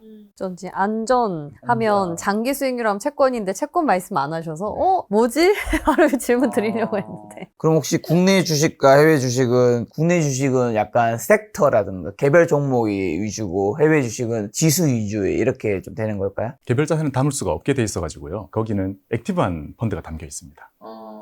지수를 담기에는 그동안 지수가 실망을 많이 줬었잖아요. 아, 국내 주식 같은 경우에? 네. 그래서 그동안 해외 오던 것은요, 펀드 매니저가 직접 운용을 해주는 액티브 펀드를 주로 담고 있고요. 미국 주식은 지수를 그대로 담고 있습니다. 마지로 스스로 선택해서 개별 종목 투자를 하고 있지는 않은 거네요. 개별 주식 투자는 하고는 있지만요, 이 투자의 판단을 남과 공유하기는 어렵다는 생각이 많이 들어가지고요. 이렇게 말씀드리거나 공유는 따로 이제 안 하고 있습니다. 근데 그런 얘기 있잖아요. 그 워렌 버핏도 실제로 내기도 많이 하고 했었는데 액티브 ETF랑 패시브 ETF 같은 거 수많은 이제 자산운용사가 액티브 ETF 수익을 내려고 했지만 사실은 지수보다 수익 내는 자산운용사는 뭐 거의 없다라는 게 실제로 나와 있는 통계잖아요. 근데 한국에서는 어쨌든 지수보단 그래도 액티브가 믿을만 해서 그 결과가 그대로 미국에서 구현이 됐기 때문에 저는 미국은 지수를 사고요. 한국은 그 반대의 결과를 계속 보여줬었기 때문에요. 한국은 액티브 펀드를 사왔습니다. 국장이 잘 되기를 정말 바라는 사람으로서요. 국장도 드디어 지수를 살 수 있는 시대가 오고 있는 것 같아서 너무 설레고요. 저도 언젠가는 국장도 그냥 지수 사면 됩니다라는 얘기를 할 수 있는 날이 빨리 왔으면 좋겠습니다. 하나만 더 여쭤보면 예를 들면 국내 주식, 해외 주식, 그다음에 리치랑 배당도 어쨌든 여기까지가 한 65% 정도가 이제 다 주식 자산인 거잖아요. 저는 규정을 약간 다르게 하고 있는데요. 배당주와 리츠를요, 완전한 주식과 분리해서 관리를 하고 있습니다. 크게는요, 채권을 밑에 깔고요. 그 다음에 금을 살짝 얹고요. 여기까지는 완전한 안전자산으로 이렇게 표현을 하고 싶고요. 거기 위에 있는 배당주와 리츠는 완전한 중간적인 성격이어서 배당자산이라는 형태로 따로 제가 규정을 하고 있고요. 거기 맨 위에는 국내 주식과 해외 주식은 말 그대로 투자 자산으로 구분을 해가지고 배당받을 생각 말고 적극적인 이제 수익을 내는 걸로 이렇게 크게 이제 세 개로 나눠서 관리를 하고 있습니다. 그럼 제가 드리려고 했던 질문이 이제 처음에 작가님 얘기가 되게 공감이 갔던 게 계좌를 많이 열어본 사람들이 계좌가 다 파란색이고 계좌 번호를 까먹을 정도의 사람들이 안 열어본 사람들은 나중에 보면 다 빨간색 플러스 손자 손녀 이런 분들의 계좌는 더 플러스였다는 얘기 많이 해주셨는데 그게 결국 무관심이 오히려 계좌를 플러스로 만들 수도 있어요. 왜냐하면 관심을 가지고 보다 보면 계속 뭘 사거나 팔고 사고 팔고 하다 보니까 어떻게 보면 증권사만 좋은 일을 스스로 장사를 같은 하게 만드는 일을 스스로 하게 된 경우들이 있는데 이게 어쨌든 나눠져 있다라는 거는 그만큼 관심을 가져야 되잖아요. 사실 예를 들면 작가님 같은 경우 워낙 많은 걸 알고 있기 때문에 관심을 덜 줘도 충분히 다 인지가 되지만 일반 사람들은 사실 제 주변만 해도 예를 들면 채권을 샀다? 없거든요. 일반 사람 중에 사실 채권 산 사람은 주식 투자 콘텐츠 많이 만들면서 채권 이야기 잘 안 하는 게 제 주변에서 한 사람이 아무도 없어요. 진짜.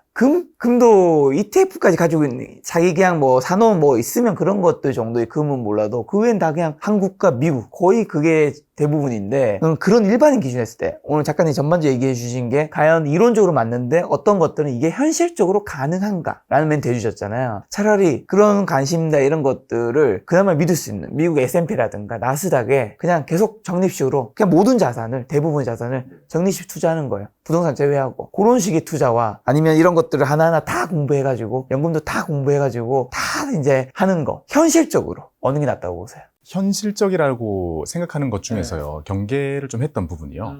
제가 현업에서 일할 때는 미국이 정말 약했거든요. 맞아. 그리고 약했을 때 그 기간이 상당히 길었어요. 그러면 지금 최근에 보여줬던 움직임으로 우리가 노후의 재산을, 연금 자원 전부를 S&P 500과 나스닥 100에 부여를 했을 때 과거 레코드는 너무나 깔끔하지만 얘가 나중에 휘청휘청했을 때 그걸 참을 수 있을까에 대한 걱정을 가장 많이 했어요. 왜냐하면 저는 지금 투자의 범용성에 가장 큰 접근을 하고 있는 거거든요. 어찌 보면 우리가 투자를 적극적으로 하고 계신 많은 분들은요, 채권도 안 사고 금도 안 사고 펀드도 안 사고 TDF도 연금도 안 하실 거라고 생각을 하는데요. 시각을 밑에서부터 올라와 보면요. 접근 가능한 방법이 저는 여기에서 열린다고 좀 생각을 했습니다. 그래서 대표적으로 말씀드릴 수 있는 게 MDD라고 불리는 수치가 있는데요. 고점 대비 저점의 차이를 봤을 때 미국의 지수가 마이너스 50이 넘습니다. 미국의 주식만으로 했을 때도요. 확률적으로는 한 30년에 한번 일어난다고 하는데 지금부터 시작하시는 정말 많은 분들이 그걸 한번 맞게 되실 때의 그 충격이 투자를 포기하게 될지 않을까라는 걱정을 참 많이 했는데요. 자산 배분이 되어 있는 포트들은 여러 가지가 있거든요. 제가 만든 것뿐만이 아니라 정말 많은 모범 포트들이 많이 있는데요. 이 포트들의 공통점은 대부분의 연도에서 수익률이 낮긴 하지만요. MDD가 마이너스 20을 넘은 적이 없습니다. 저는 많은 분들이 앞으로도 공부를 많이 해서 할 거라고 생각 안 하거든요. 해놓고 무관심 속에 키워가시는 분들이 많을 텐데 이분들이 마이너스 50 이상을 맞는 것과 그런 일이 벌어졌을 때 마이너스 10몇 정도로 방어하는 것에 그 차이를 두고 싶다는 생각이 들어가지고요. 어찌 보면 투자를 적극적으로 하시는 위에 많은 분들은 저의 컨텐츠의 대상이 아닌 것 같다는 생각이 들고요. 저는 오히려 투자 그래도 못하겠어 라고 생각하시는 많은 분들을 하고 싶다는 생각을 가장 많이 이제 한 거죠. 그리고 또 하나는요. ETF를 여러 가지로 골라서 담게 되잖아요. 그러면 채권도 담고 금도 담고 달러도 담고 막 담게 되는데 이거 하나하나를 우리가 공부하려고 하면 너무 어려운 게 사실인데요. 저는 여기서 말씀드리고 싶은 게 우리가 자동차를 탈 때도 엔진의 구조와 미션의 구조를 이해를 하고 타지는 않고 면허를 먼저 따잖아요. 이거 하나하나를 이해하기는 어렵지만요. ETF로 이렇게 만드는 거는 너무 쉬운 일이거든요, 지금은요. 그러면 그 정도를 시작해 보는 게 저는 더 의미 있다라고 생각을 많이 해봅니다. 면허 먼저 따보듯이 우리가 연금 계좌에서 뭐 할지 모르겠다라고 현금으로 두시는 분들이 너무 많기 때문에 이 분들에게 채권 정확히 모르고 금 잘 모르고 하더라도요. 요렇게 ETF 매칭해서 담는 거는 엄청 소액으로도 되고요. 만드는 게 너무나 쉽기 때문에 그 시작을 쉽게 해보시라고 말씀을 드리고 싶습니다. 그리고 또 하나는 우리를 위해서 만들어진 상품들도 많이 있어요. 대표적으로 채권도 고르기가 어렵잖아요. 만기도 다양하고 어렵다 보니 종합채권 ETF 이런 것도 있습니다. 그런 거는 아직 공부가 덜 된 사람들이 조금 더 편하게 살 수 있는 채권도 만들어준 거고 금은 어차피 하나인 거고요. 그리고 국내 투자, 미국 투자도 마찬가지로 지수를 산다는 것은 가장 접근성이 용이하잖아요. 이렇게 포트를 짜서 가지고 가신다면 저는 자산 배분에 대한 힘을 느껴볼 거라고 생각을 하고요. 그분들이 쭉 했을 때도 정말 이상한 일들이 생겨도 투자를 쭉 지속하지 않을까라는 기대를 하고 있습니다. 어떻게 보면 미국 주식이 최근 한 10년 동안 우상향했다는 그 최근 데이터에 우리가 함정에 잘하면 빠질 수도 있기 때문에 언제나 오르는 건 아닌데 우리가 기대 수익률을 쭉 이렇게 펼쳐놓고 보면요. 2% 정도의 국채 같은 게 있고요. 2% 중반에 지금 예금이 있을 거고요. 3% 정도 가면 우량한 회사채가 있을 거고요. 4% 정도 가면 이제 미국 채권이 있을 거고요. 5% 정도 오면 국내 배당주 같은 것들이 들어가게 되고요. 6, 7 정도 가게 되면 자산 배분이 커버하는 영역이 되게 되고요. 8, 9 정도는 커버드 콜이 들어간 그런 배당 포트로 만드는 기대 수익률이 만들어지고 있고 10을 넘어가면 자산 배분의 영역을 벗어나는 시장이거든요. 10을 넘어가면 주식의 영역으로 가게 되는 거고 처음에는 S&P 500이 그 10에서 13 정도를 이제 채워주게 되는 거고 거기서 뒤에는 나스닥이 채워주게 되는 거죠. 그 뒤에는 이제 테마를 타는 그런 산업 ETF나 아니면 개별 주식들은 저 뒤에 훨씬 기대 수익률만 놓고 보면 큰 것들이 있는 거죠. 주로 말씀드리고 싶은 건 이런 투자들을 당연히 해야 되고 이 투자가 성공하면 지금의 나의 삶이 바뀔 테니까 열심히 최선을 다하되 맨 앞에 있는 예금이나 여기에 모여있는 돈들은 가운데를 끌어오고 좀 싶은 욕심이 되게 많이 있습니다. 어찌 보면 저의 가장 큰 경쟁자는 주식이 아니라 예금에 가깝다. 라고 볼 만큼 저는 요즘에도 구독자분들이나 어디 가서 만나는 대부분의 분들은요 투자를 안 하고 계신 분들이 대부분이라는 생각을 참 많이 해봅니다. 혹시나 은행에 예금에 넣고 계신 분들에게 꼭 하시고 싶은 말씀이 있다면 그냥 5천 1억이 정도 그냥 은행 예금에 계속 가만히 있어요. 온라인상에서 말씀드려본 제일 강한 어조일 것 같은데요.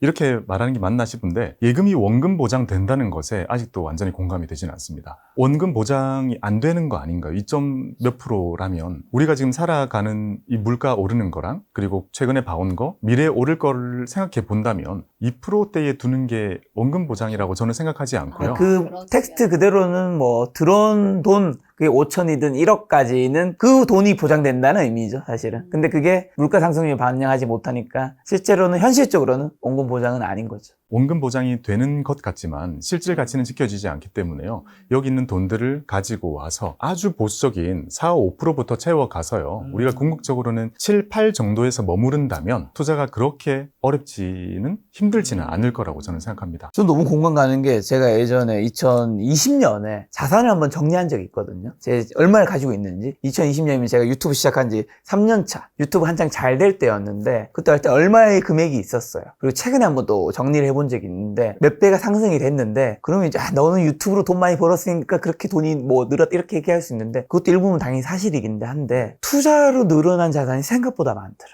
만약에 안 했다면 그 돈 그대로 그냥 예금에만 놔뒀다면 아마 늘어난 자산 증액이 훨씬 더 줄었다는 생각을 하면서 물론 잃었을 수도 있겠죠. 당연히 투자라는 거는 늘 플러스가 있는 건 아니니까. 근데 어쨌든 잃는 게 마이너스가 걱정돼서 그렇다고 예금에만 놔둘 수는 없다. 완전히 공감합니다. 저도 예금 통장에는 가끔 돈 300만 원도 없을 때가 있습니다. 그냥 들어오기만 하면 비트코인을 사든 그냥 뭐 주식을 사든 어쨌든 마이너스 나더라도 그냥 여기 있으면 그냥 예금에 있으면 이미 마이너스인 거잖아. 네, 저는 그렇게 생각합니다. 저는 예적금 비중이 제일 큰데. 아니 늘 경제 재테크 방송을 하시는 분이 예적금이 제일 큰 거는 저는 시작 지점에서는 큰 게 의미 있지만 계속 큰 거는 좀 저는 약간 투자 성향이 좀 공격적으로 하다 보니까 조그만 시드로 조금 공격적으로 하면서 불리고 그런 거 이제 예금에 넣어놓고 뭐 이런 식으로 포트를 해서 네. 작은 돈은 공격적으로 하고 큰 돈은 안전하게 하고 되게 뭔가 언밸런스한 그게 다니까요. 잃으면 안 되니까 여기에 모아놓고 네. 바로 옆에 있었습니다.